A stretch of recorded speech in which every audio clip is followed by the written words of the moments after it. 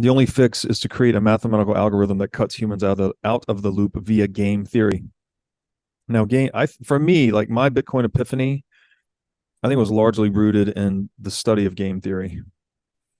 And I guess Bitcoin critics actually make fun of us often. They're like, "Oh yeah, let me guess, game theory is the answer." Blah blah blah. Like they're trying to discount it as I don't know something. Which the name is not that great actually. Game theory. It's something that's observed very widely in all like the animal kingdom, the human kingdom. So maybe we just unpack game theory a little bit. Um, and the game, broadly understood, is really any situation where there can be winners and losers, right? Where there's something to be gained by some at the expense of others. Obviously, there's different forms of games, right? There's positive sum games where you can have win-win situations, like the economic division of labor, and then there's zero sum games like theft, right? One person has to lose for another person to gain. And a strategy in game theory is really just any method for making decisions under such conditions. So, what is it about when you say creating a mathematical algorithm that cuts humans out of the loop via game theory? How do you unpack that for people that don't understand game theory per se?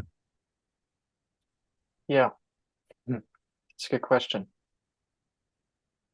Well, you mentioned Sailor and life earlier. I think before talking about humans, if we talk about life in general, like how do organisms defend the energy they have? How do they defend their right to reproduce? How do they defend their water sources? How do they defend their shelter? How do they defend their energy? It all comes down to exerting, as Lowry would say, a brute force physical cost Hmm. onto another organism.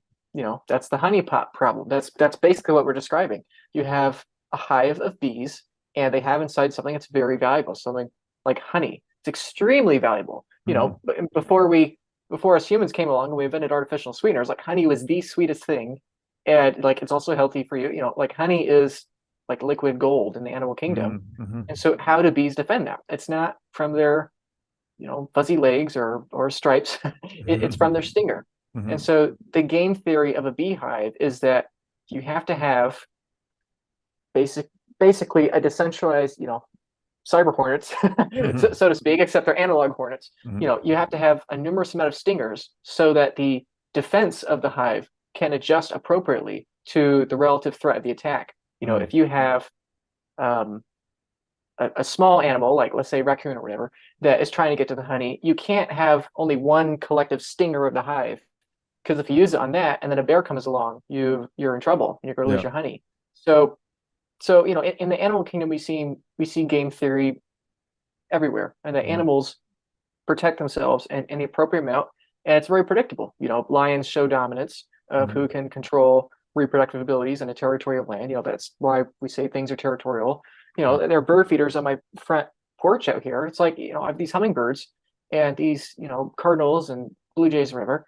And all day they fly around each other and battle each other over the bird seed. Like literally all day, that's what they do. They Hmm. they either make noises at each other, which is a projection of power, saying, "Look at how strong I am." Hmm. That's the bird equivalent of the chimpanzee on its chest, or they fly against each other, and it's and the funny thing is, no matter how many bird feeders we put out, because now we have multiple bird feeders out here, it's like if you have two birds competing over a bird feeder, our human.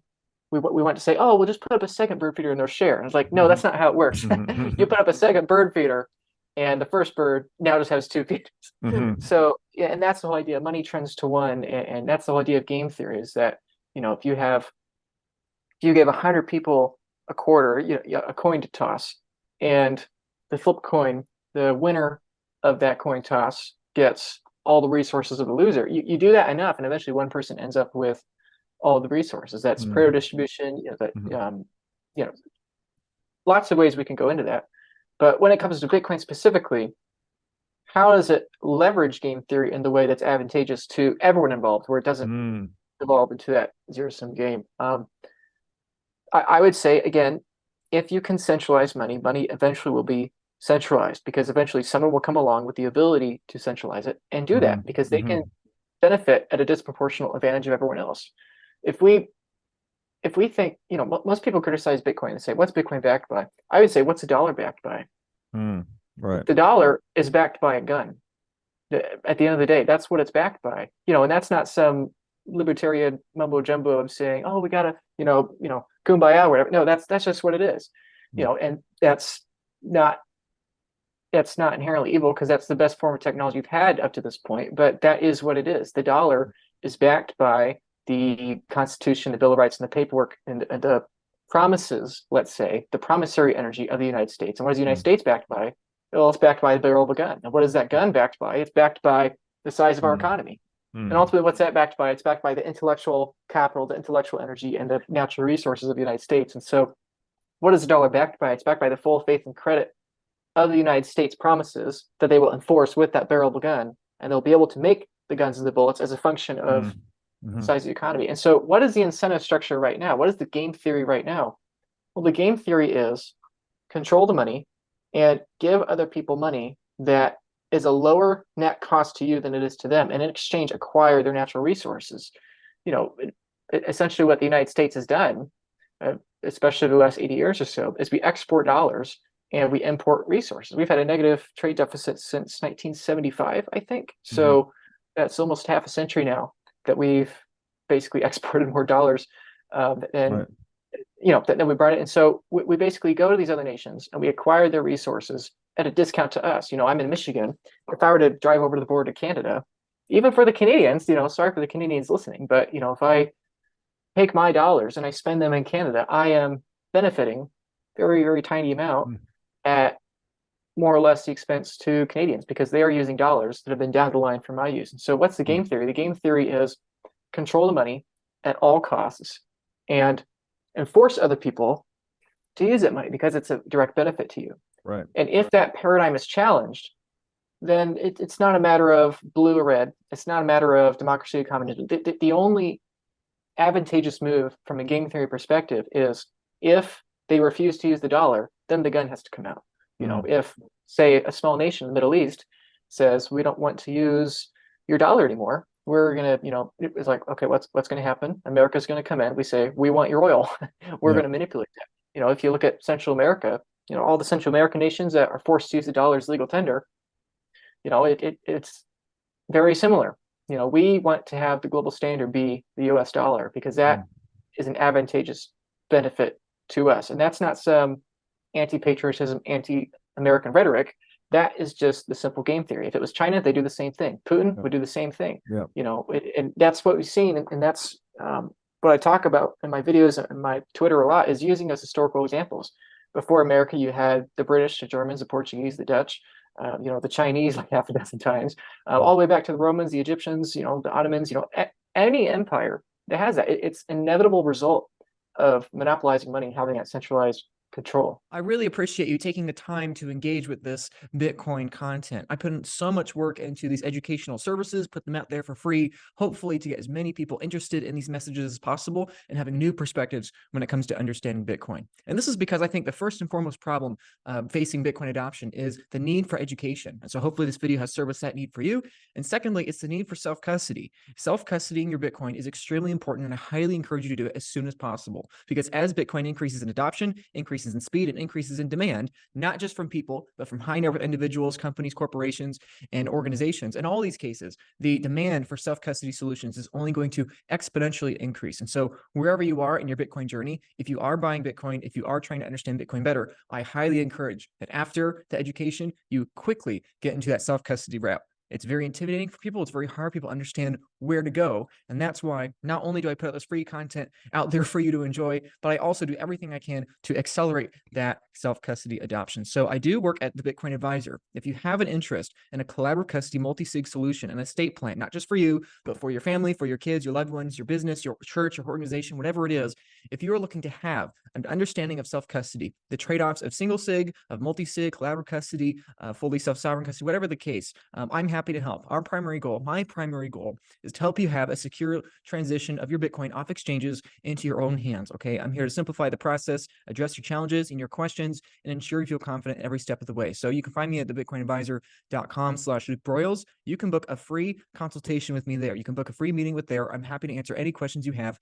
And I care far less about if you hire me or not. I care far more about education, which is why we give out dozens of pages of free content for you to enjoy and consume and learn about Bitcoin self-custody so that you can have generational wealth for you and your future generations without losing sleep. So if you like some of that free documents and free education about Bitcoin, I'm happy to share that with you. Again, just go to the Bitcoin Advisor, Luke Broyles. You can find my booking for meeting a consultation with me. So thank you again for enjoying this Bitcoin educational content. And secondly, whether you use me or not, whether you do single sig, multi-sig, whatever the case, please start taking self-custody, start getting your Bitcoins off exchanges as soon as possible. Link in the description. Thanks.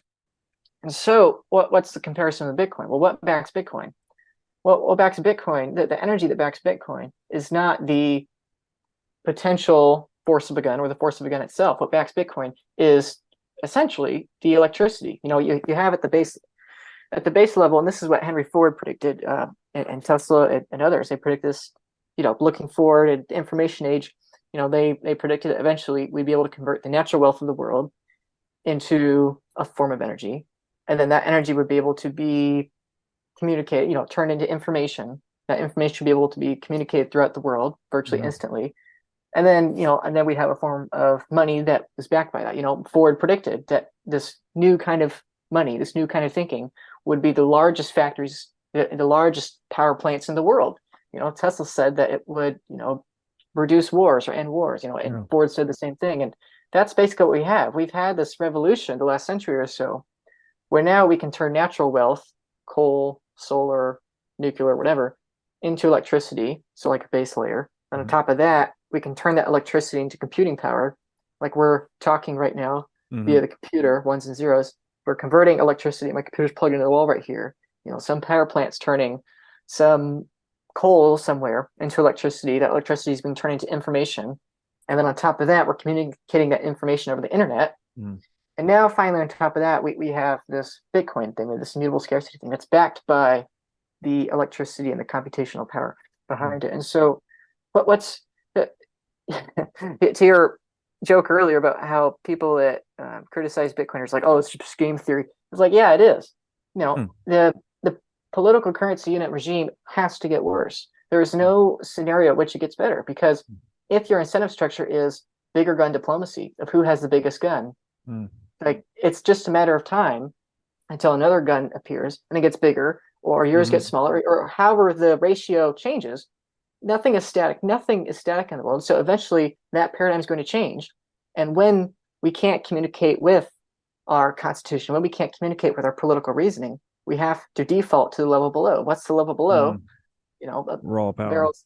Yeah, raw power. And the best way to exert that raw power is not to show up with 100 tons of gold. The better form of raw power is a gun. And so, political currency systems have to decline. And we're seeing that a system begins to cannibalize itself as we are incentivized away from productivity and towards management.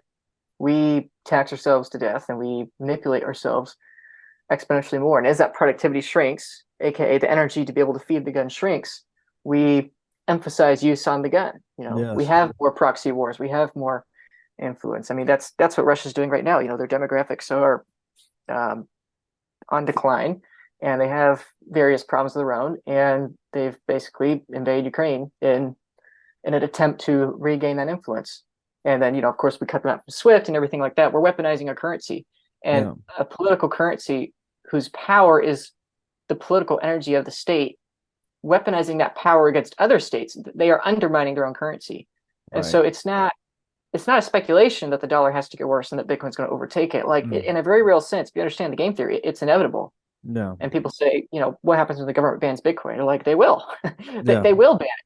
But to use the metaphor of the ships earlier, that's not saying that the captain of the Titanic is going to ban lifeboats. It's like they're going to encage you on the ship as it goes down. They're not going to ban Bitcoin and then everyone will cheer and kumbaya and we'll all buy bonds and fund the government. It's like, no, they'll stop you from buying Bitcoin, because if you're playing a game of chess and there is no more good move for you, the only good move is to stop the freedom of movement, stop the people from being able to move on the ship, because they're just going to choose a lifeboat every single time, stop the chess pieces from being able to move. So anyway, I've gone on a long rant there, but the point of the game theory here is that if Bitcoin is this algorithm that cuts humans out of the loop, it is inherently better than an incentive structure that requires humans, that is also backed by political promises and the barrel of a gun.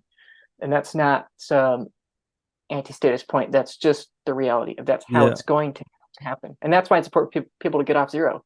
Because if you don't, like, either you will buy Bitcoin, or the longer you wait to buy Bitcoin, the probability goes up that you will not be able to buy Bitcoin. And that's not a problem with Bitcoin. As some people hearing that would think that's a problem with Bitcoin. That's a problem of your current system.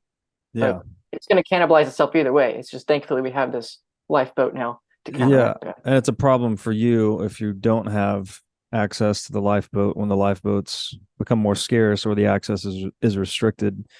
And I think it was Mao that said all political power emanates from the barrel of a gun.